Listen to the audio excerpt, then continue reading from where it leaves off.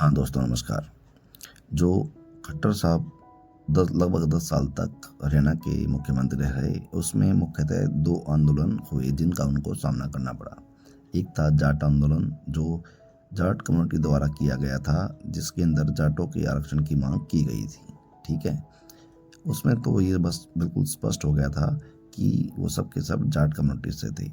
लेकिन बाद में एक आंदोलन और हुआ जो किसान आंदोलन था, और इसमें बोला जा रहा था कि 36 के 36 बिरादरी के लोग वो सरकार के द्वारा किए गए जो कृषि कानून हैं उनके खिलाफ खड़े हो गए थे।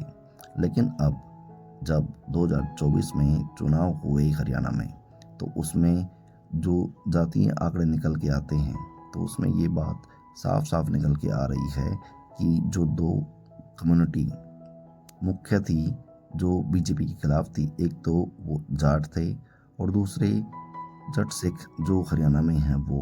और दोस्तों, अब लोग ये पूछना स्टार्ट कर दिए हैं, उनके दिमाग में ये बात आने स्टार्ट हो गई है कि जो किसान आंदोलन था, क्या वो भी एक जाट आंदोलन का ही 2.0 था।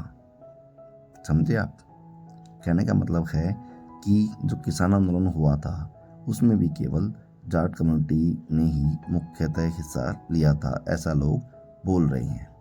वो ऐसा इसलिए कहा जा रहा है क्योंकि अगर 36 के 36 बिरादरी जैसा हरियाणा में बोलते हैं, या सभी जो समाज के वर्ग हैं, अगर वो उसमें हिस्सा ले रहे होते, तो वो अगर ऐसा ही वोटिंग पैटर्न में दिखता तो बीजेपी का तो सुपड़ा साफ हो जाना था हरियाणा से। लेकिन हुआ इसका उल्टा। हुआ क्या कि हरियाणा में लगातार रिकॉर्ड बनाते हुए हरियाणा तीसरी बार बीजेपी को जिताया हरियाणा के लोगों ने।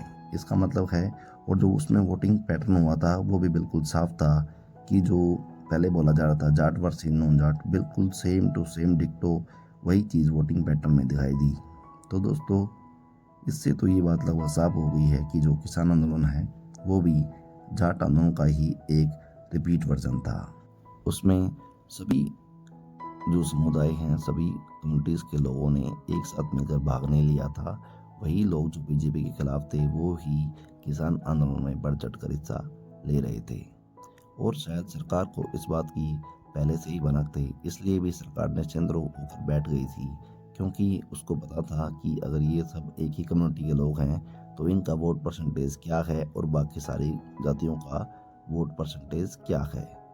अब देखना ये रहेगा कि आगे भी क्या इसी वोटिंग पैटर्न से हरियाणा में चुनाव होते रहेंगे या आगे इसमें कुछ चेंज होगा। दोस्तों, आपका इस बारे में क्या विचार है, कमेंट में जरूर बताना। ओके दोस्तों, जय हिंद, जय भारत, बाय, टेक केयर।